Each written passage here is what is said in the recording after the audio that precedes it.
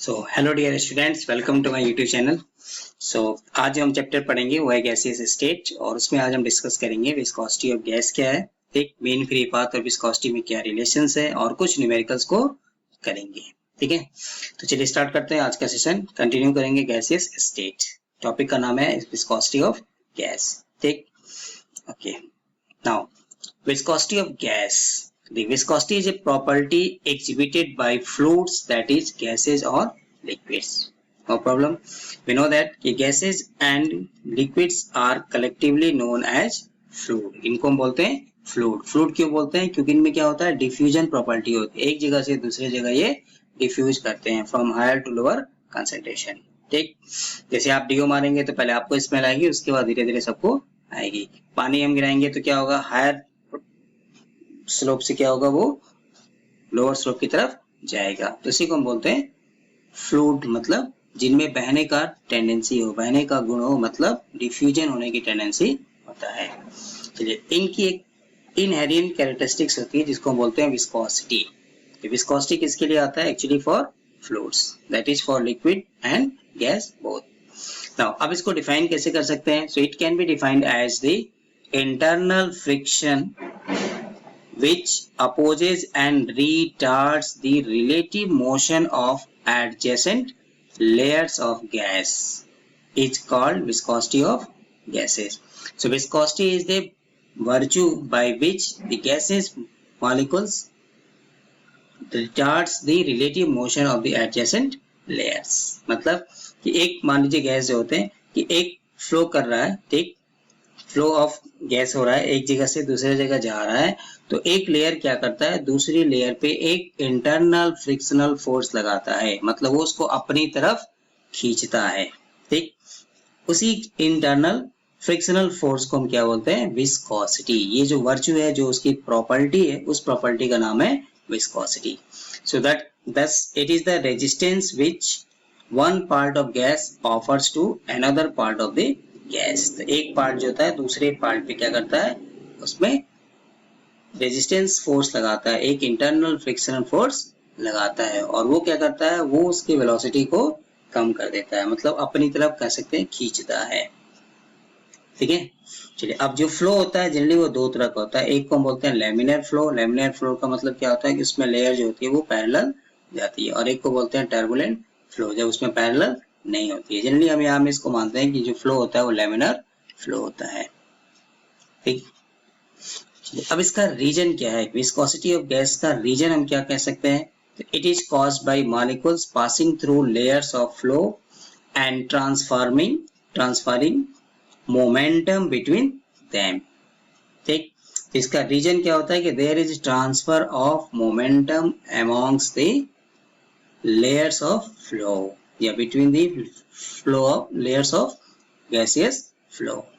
उसी momentum transfer से क्या होता है, एक फ्रिक्शनल फोर्स लगता है किसी दो लेयर्स के बीच में, और उसी फ्रिक्शनल फोर्स को हम क्या बोलते हैं? विस्कोसिटी।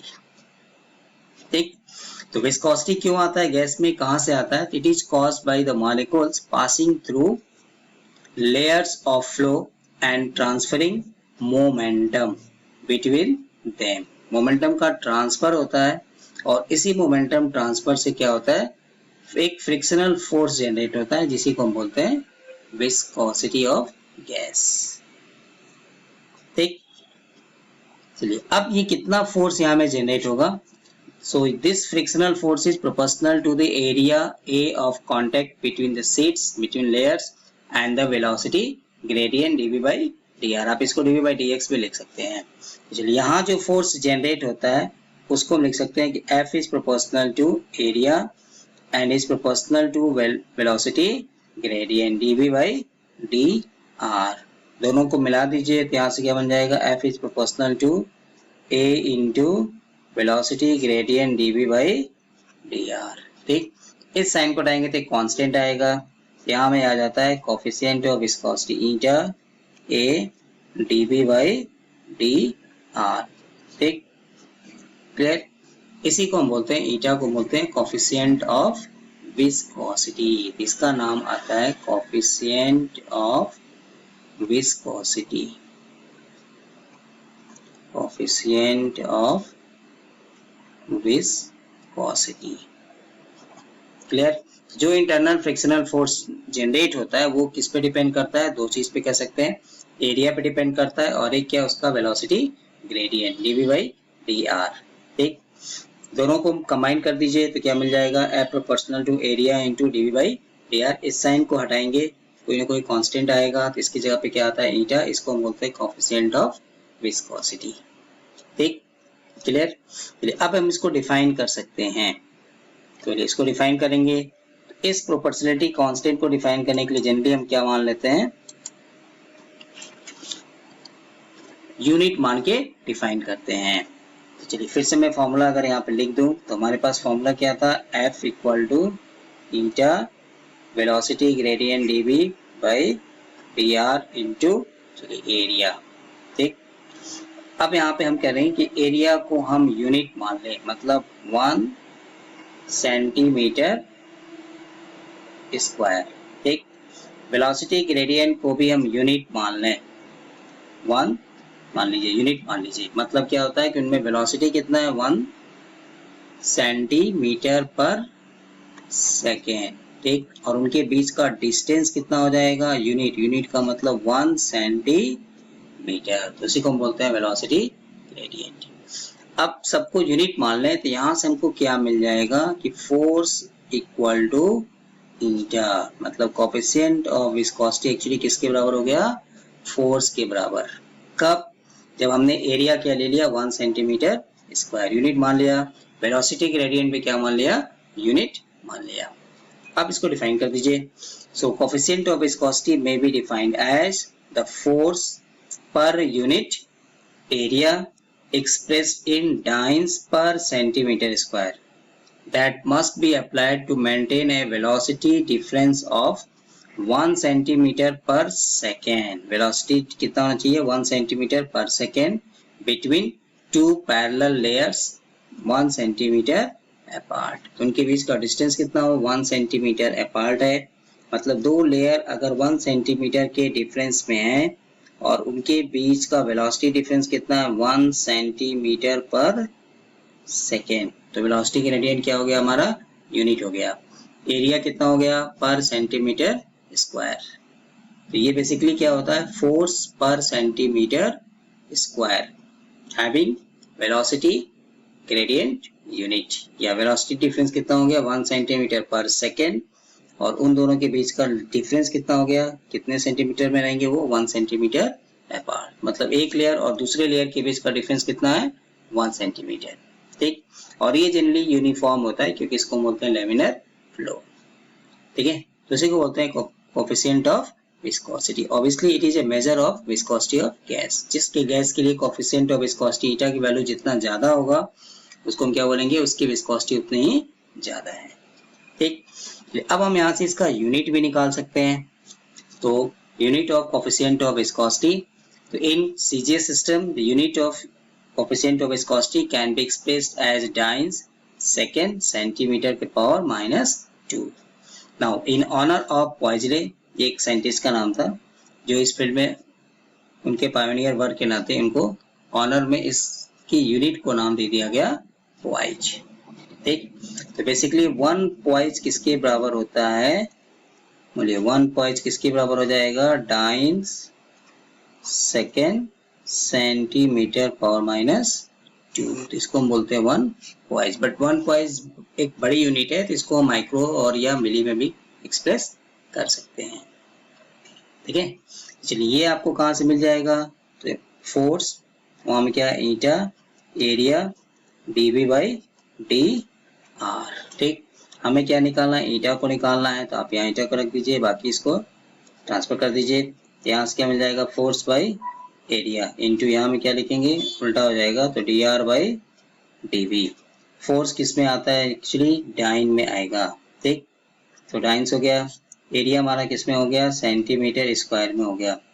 चलिए dr कितना हो गया? 1 सेंटीमीटर, और ये क्या हो जाएगा? सेंटीमीटर पर सेकेंड। इससे ये कैंसिल हो जाएगा, ये ऊपर जाएगा, ये भी ऊपर जाएगा, तो ये क्या हो जाएगा?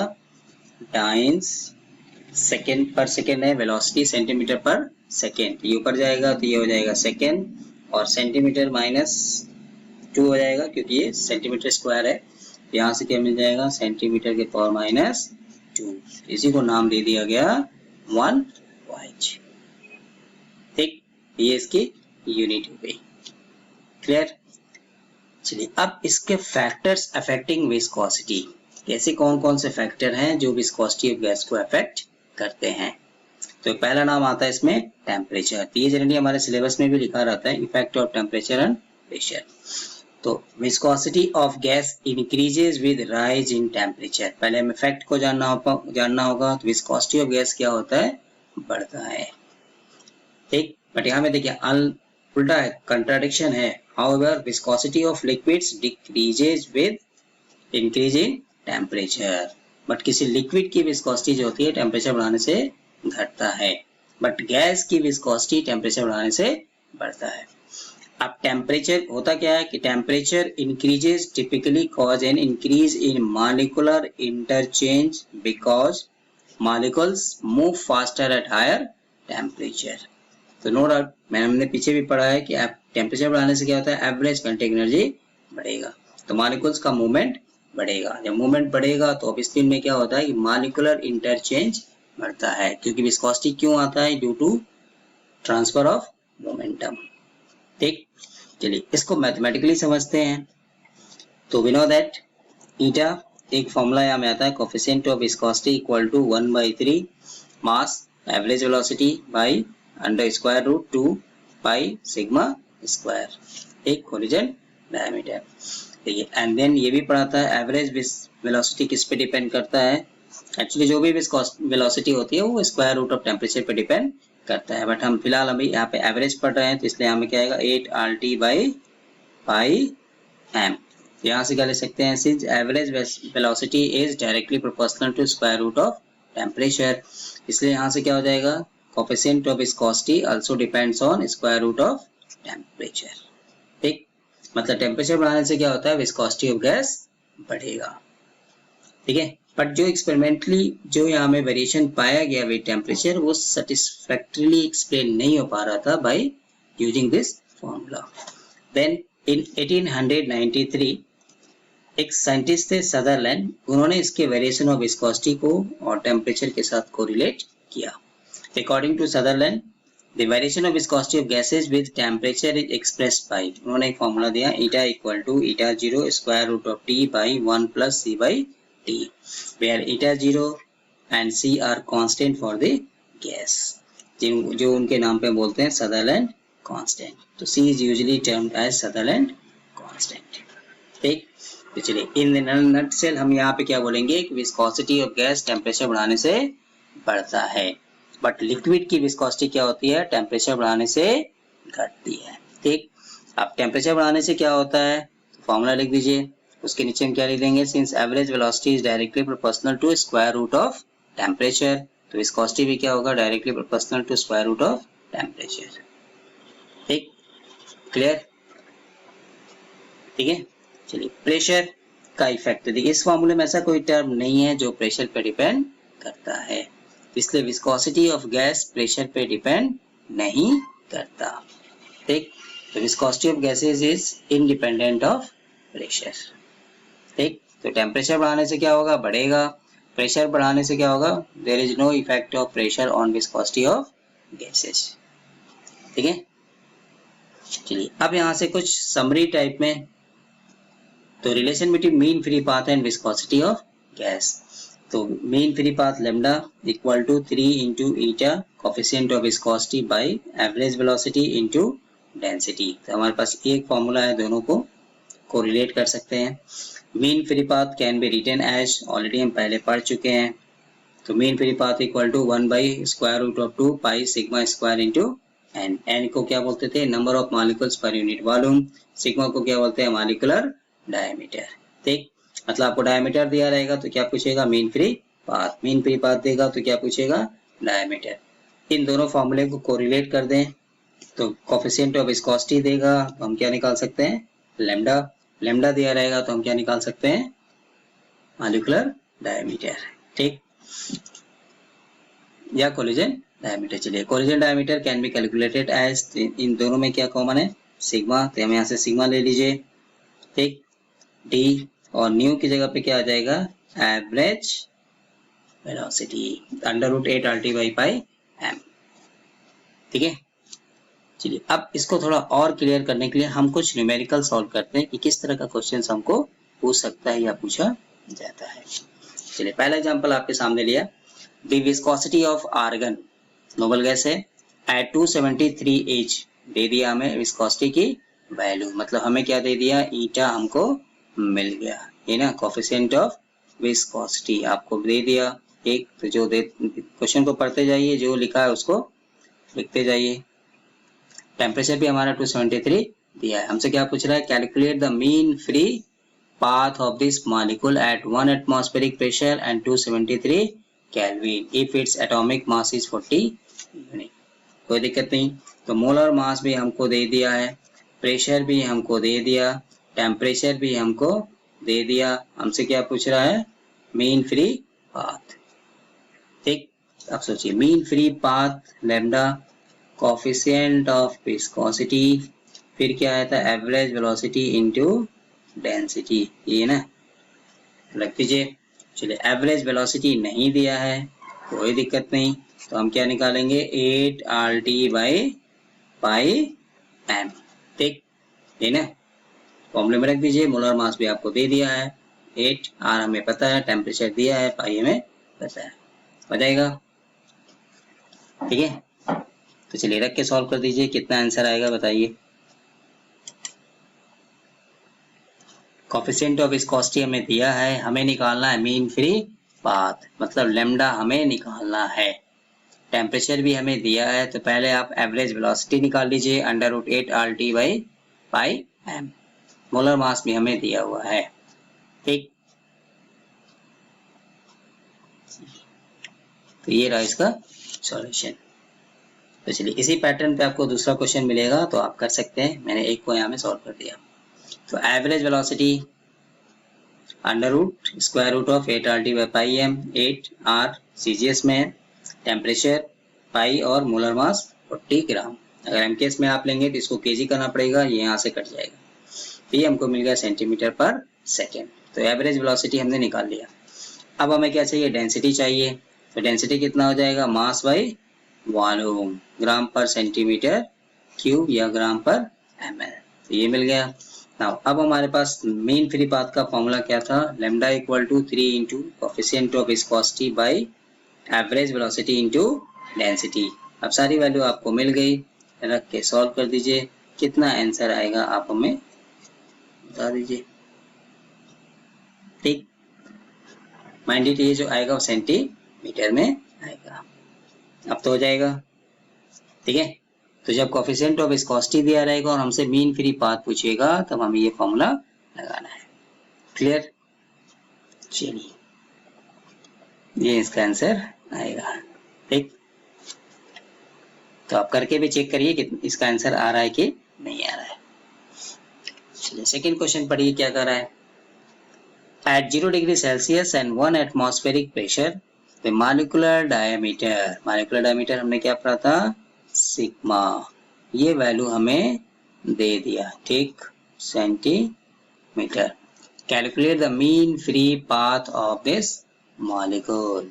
चलिए हमें क्या पूछ रहा है, लैम्डा हमसे पूछ रहा है। तो फॉर्मूला क्या था, √2 pi sigma square into N, ये ना, ठीक। तो हमें क्या दिया है, molecular diameter is given, sigma दे दिया, टेम्परेचर प्रेशर भी हमको दे दिया। तो हमें बस सिर्फ एक ही चीज निकालना है, वो है नंबर ऑफ मोल्स। तो नंबर ऑफ मोल्स निकालने के लिए हमने क्या पढ़ा था, ठीक। तो mean free path can be written as, ये फॉर्मूला ऑलरेडी हम पढ़ चुके हैं, ठीक। Basic definition nu by Z11। Now 22,400 ml of a gas at 0 degree Celsius and 1 atmospheric pressure contains Avogadro number of molecules, ठीक।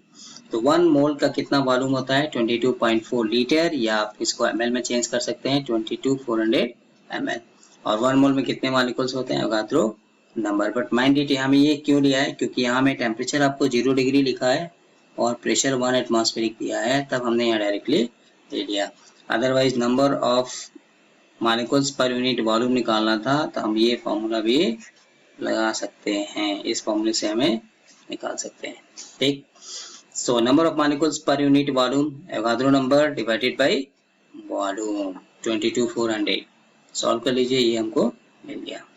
ठीक, तो आपको डायमीटर ऑलरेडी दिया हुआ है सिग्मा, और हमने क्या निकाल लिया, नंबर ऑफ मॉलिक्यूल्स पर यूनिट वॉल्यूम। देन फाइनली हमने फॉर्मूले में रख दीजिए, तो 1/√2, तो ये √2 की वैल्यू होती है 1.414, पाई की वैल्यू होती है 3.14। ये आपका मॉलिक्यूलर डायमीटर हो गया, सिग्मा की वैल्यू दिया हुआ है, और ये नंबर ऑफ मॉलिक्यूल। सॉल्व कर दीजिए, ये हमको इतना मिल जाएगा। क्लियर? ठीक, आ जाएगा। चलिए, अब इसी तरह का क्वेश्चन आपको देगा तो आपकी रिस्पॉन्सिबिलिटी कि आप उसको सॉल्व कर सकते हैं। ठीक है, चलिए इसको देखिए क्या कर रहा है। Calculate the collision diameter of hydrogen. हमें क्या निकालना है अब, सिग्मा। हमें सिग्मा यहाँ से निकालना है। ठीक, टेम्परेचर हमारा वही है 0 डिग्री सेल्सियस और 1 atmospheric pressure. Given that its density is, चलिए आपको डेंसिटी भी दे दिया, एंड इट्स विस्कोसिटी मतलब कोफिशिएंट ऑफ विस्कोसिटी ईटा भी हमको दे दिया। यूनिट से भी आप पकड़ सकते हैं, वाइज है। ठीक, अब उल्टा क्वेश्चन आपको पूछ रहा है। ठीक है, तो coefficient of viscosity related to mean free path, and mean free path में फिर हमें क्या निकालना है, सिग्मा। तो दो को आपको मिक्सअप कर देना है। ठीक, सोचिए क्या कर सकते हैं। हमें क्या निकालना है, सिग्मा। सिग्मा को निकालने के लिए हमें क्या चाहिए, मीन फ्री पाथ, और मीन फ्री पाथ के लिए हमें क्या चाहिए, कोफिशिएंट ऑफ विस्कोसिटी। क्लियर? तो दो फॉर्मूला हमें यहाँ पे मिलाना पड़ेगा, इसलिए मैंने शुरू में ही आपको एक फॉर्मूला लिख दिया था। तो नंबर ऑफ मॉलिक्यूल्स पर यूनिट वॉल्यूम, सेम वही कहानी, एवोगाद्रो डिवाइडेड बाय मोलर। क्यों, क्योंकि टेम्परेचर हमारा यहाँ में क्या है, 0 डिग्री और 1 एटमॉस्फेरिक, एसटीपी मिल जाएगा। चलिए, मीन फ्री पाथ लेमडा, और लेमडा किससे रिलेटेड है, coefficient of viscosity 3 eta new bar into D. ठीक, अब हमें क्या निकालना था, molecular diameter, collision diameter, sigma square निकालना है। तो सिग्मा स्क्वायर को उठा के यहाँ कर दीजिए लेमडा, और लेमडा की जगह पे क्या रख देंगे, 3n। तो ये हमारा पूरा फॉर्मूला बन गया। ठीक, ये and square root of 8 RT by pi M कहाँ से आ रहा है, न्यू की जगह में रख दिया। डेंसिटी आपको ऑलरेडी दिया हुआ है। ठीक, अब सारी वैल्यू को रख के सॉल्व कर दीजिए, तो हमको मिल जाएगा ये सिग्मा।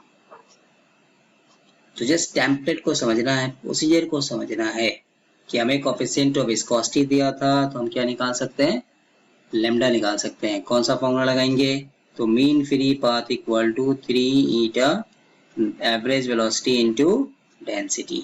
ठीक, और फिर हम क्या निकाल सकते हैं, mean free path equal to 1 by square root of 2 pi diameter square into number of molecules पर यूनिट वॉल्यूम।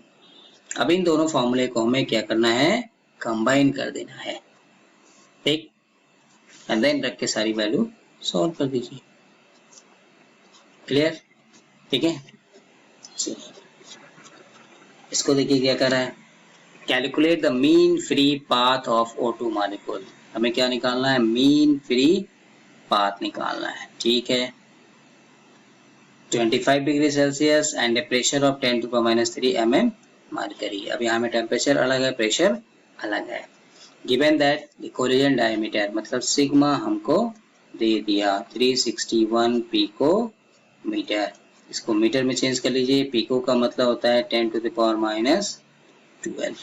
ठीक, अब फॉर्मूला हमारा क्या था, lambda equal to 1 by square root of 2 pi sigma square into n। तो ये तो हमें निकालना ही है, ये हमें ऑलरेडी दिया है। हमें एक चीज और चाहिए, और वो चीज क्या है, नंबर ऑफ मॉलिक्यूल्स पर यूनिट वॉल्यूम। ठीक है, आप इसी को निकाल लीजिए एंड देन सारी वैल्यू रख के सॉल्व कर दीजिए। चलिए कर डालिए फटाफट।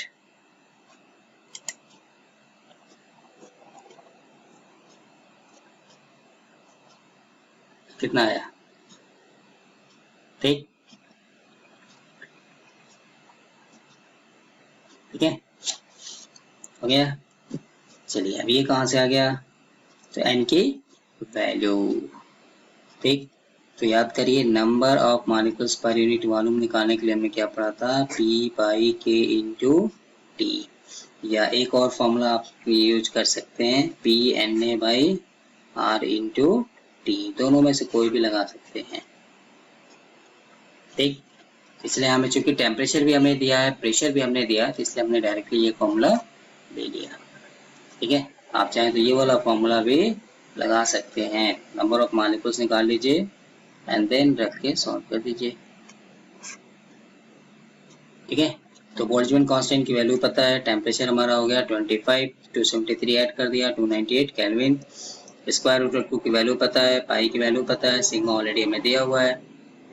ठीक है, एंड देन प्रेशर कितना होता है? 1 एटमॉस्फेरिक, मतलब यहाँ में कितना दिया आपको? 10⁻³ mm ऑफ मरकरी। जब हम इसको चेंज करेंगे तो ये आ जाएगा 0.133 न्यूटन पर मीटर स्क्वायर। रख के सॉल्व कर दीजिए, हमको मिल जाएगा mm। ठीक, क्लियर? चलिए इसको देखिए, यहाँ में क्या है? For an ideal gas having molecules with diameter of 3 angstrom, तो सिग्मा हमको कितना मिल गया? 3 एंगस्ट्रॉम। एंगस्ट्रॉम को मीटर में कर सकते हैं 10⁻⁻10 metre. And number of molecules पर unit volume, number of molecules भी हमको दे दिया है। Calculate the mean free path of this gas molecule, mean free path हमें निकालना है, डायमीटर हमें दिया हुआ है।